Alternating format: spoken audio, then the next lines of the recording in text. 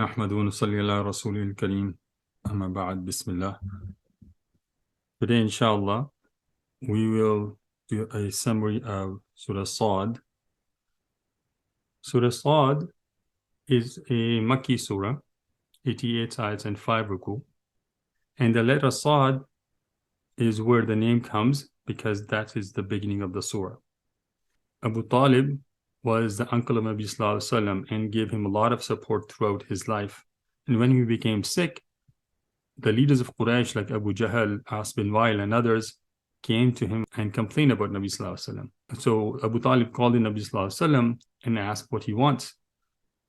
And Nabi Sallallahu Alaihi Wasallam simply said, I only want one word, one sentence from these people. Let them say, La ilaha illallah.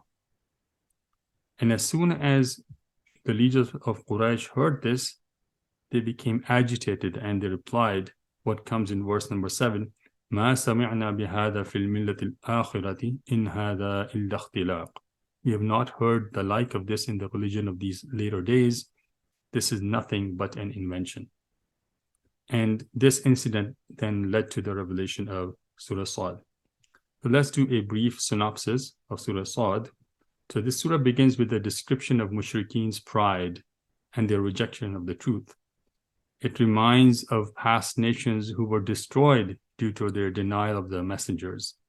There's an emphasis on three core beliefs in the surah: oneness of Allah subhanahu wa ta'ala, prophethood of Nabi sallallahu alaihi wasallam, and the day of resurrection. The surah mentions the stories of Dawud alayhi salam, Sulaiman alayhi salam, and Ayyub alayhi salam. And it also elaborates the incident of Shaitan's disobedience to Allah subhanahu wa ta'ala when he was commanded to prostrate to Adam alayhi salam. And finally, it informs us of Shaitan's determination to lead humans and jinns astray. Let's go through some selected verses of the surah. Quran is a noble book full of reminders. A'udhu billahi minash shaitanir rajeem. Bismillahir rahmanir rahim. Sad wal Qur'ani dhikr. So Quran is a book of importance. It's a noble book, and it is a book full of reminders of what actions we should perform while we're in this world, reminders of what is to come after our life is over.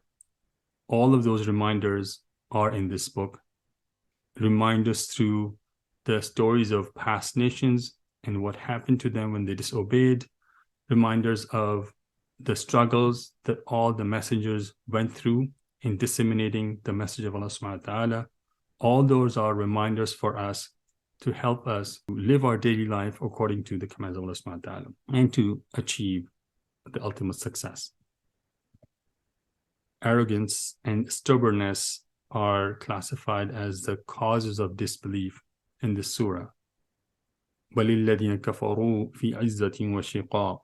So why did the people who disbelieve rejected Nabi Sallallahu Alaihi Wasallam and the Book of Allah? It is because of their arrogance and their stubbornness. The knowledge of the punishments that previous nations have experienced, and also knowledge of punishments that are to come in the hereafter, should act as a deterrent to us to avoid sinning in this world. As Allah subhanahu wa ta'ala mentions, أَأُنزِلَ عَلَيْهِ الذِّكْرُ مِنْ بَيْنِنَا بَلْ هُمْ فِي شَكٍّ مِنْ ذِكْرِ بَلْ لَمَّا يَذُوقُوا الْعَذَابِ. So why are the disbelievers doubtful about Allah subhanahu wa ta'ala? It is because they have not tasted the punishment yet. So if they had tasted the punishment, they would definitely know how important it is to avoid it. And hence, Allah subhanahu wa ta'ala mentions all these different punishments of the hereafter, what happens in the hellfire, how strong is the intensity of that fire. All of those details are mentioned in the Quran and Ahadith, and it is for us to reflect, and it is to deter us from committing sins and give us the understanding of what would happen if you continue sinning. Next, Allah subhanahu wa ta'ala guarantees that disbelievers will be defeated. regardless of how strong or how large their number is, how technologically sophisticated they are. They could be in the form of confederation, meaning groups of enemies combined together against Islam. They will be ultimately defeated. That is the final outcome of any clash between Muslims and disbelievers. جند ما هنالك مهزوم من الأحزاب. One should not seek challenges and difficulties in this world, rather make dua for ease. And that's another message we get from verse number 16.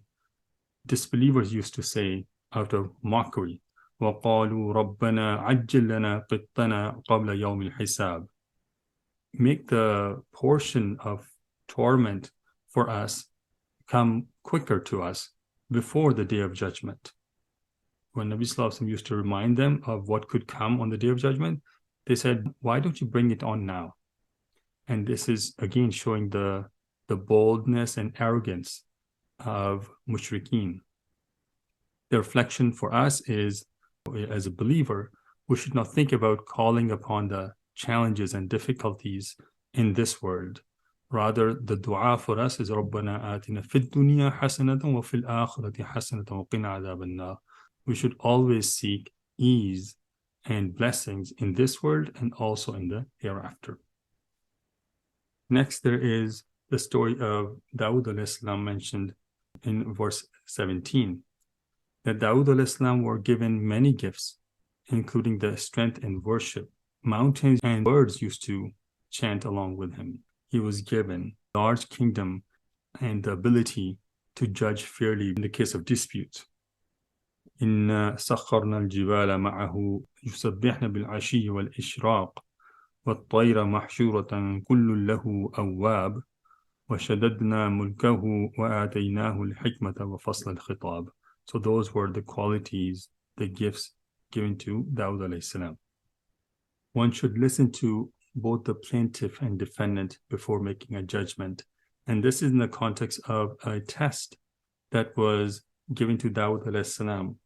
Two people climbed over the wall of his house and entered into his praying space, the mihrab. And one of them explained the situation, the dispute, the argument he had with the other person. And Dawud al-Islam thought he was truthful and did not listen to the second person and give a verdict. And he felt afterwards that this was not the best way to make a judgment, and he repented to Allah subhanahu wa ta'ala.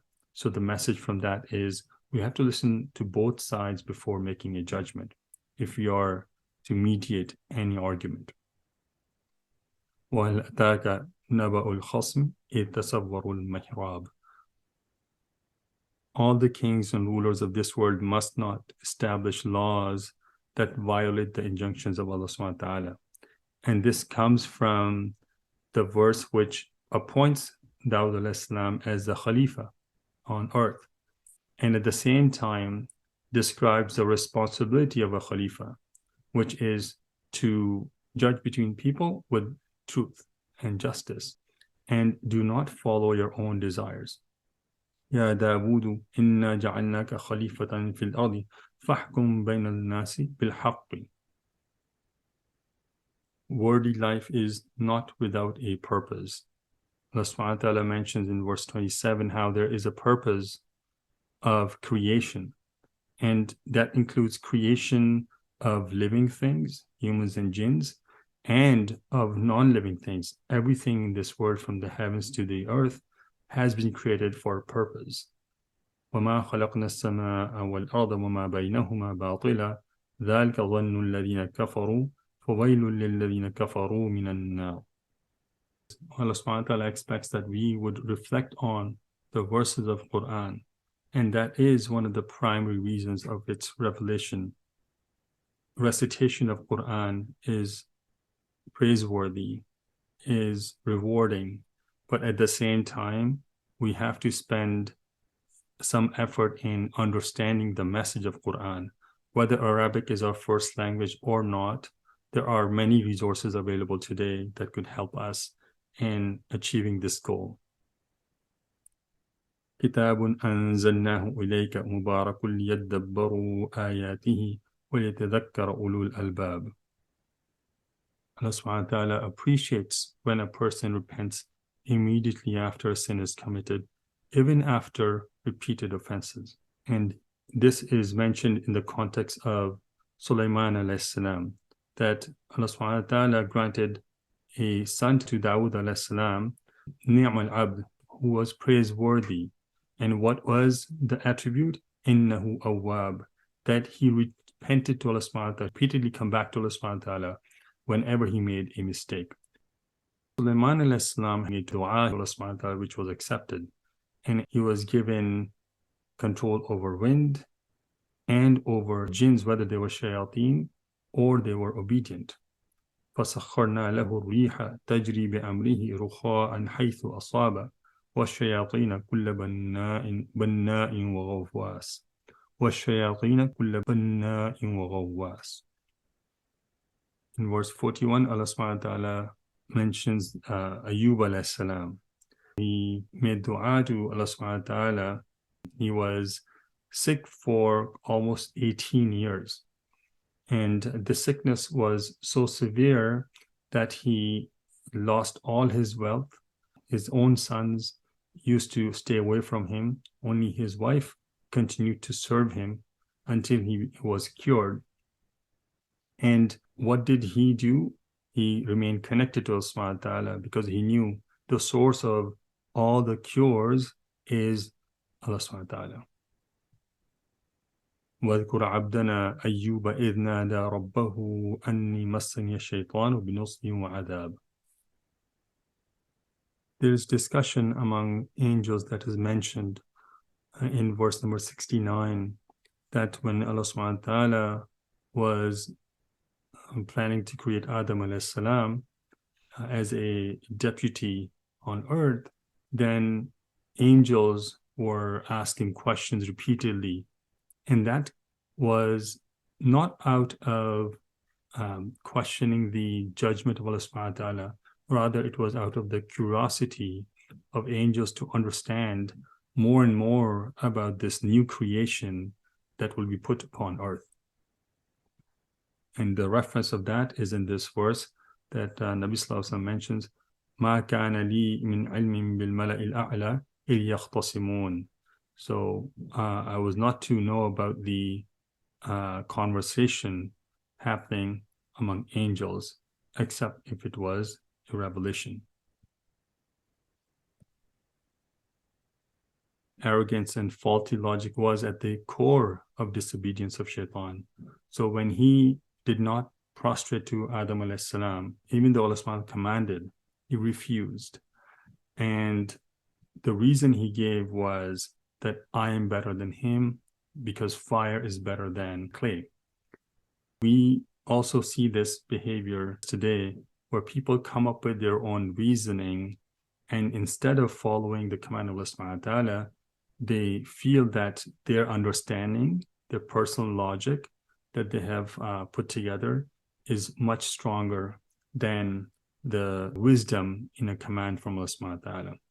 We should check ourselves whether this is our behavior, and we should make sure we are always giving the preference to the book of Allah subhanahu wa ta'ala, the Sunnah of Nabi Sallallahu Alaihi Wasallam, instead of following our own interpretations, which leads to following our own desires. قال يا إبليس ما منعك أن تسجد لما خلقت بيدي أستكبرت أم كنت من الأعلين قال أنا خير منه خلقتني من نار وخلقته من طين. And Shaitan made his primary goal then to misguide people. Once he was told that he will be out of the mercy of Allah subhanahu wa ta'ala, his final abode would be hellfire, he made a determination to lead others astray so that everyone is with him in the hellfire. قَالَ فَبِعِزَّتِكَ لَأُغْوِيَنَّهُمْ أَجْمَعِينَ.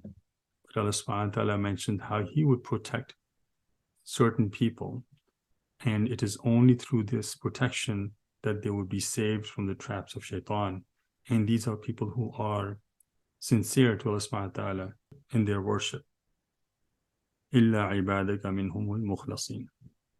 We'll stop here inshallah. ربنا تقبل منا إنك أنت السميع العليم وتب علينا إنك أنت التواب الرحيم.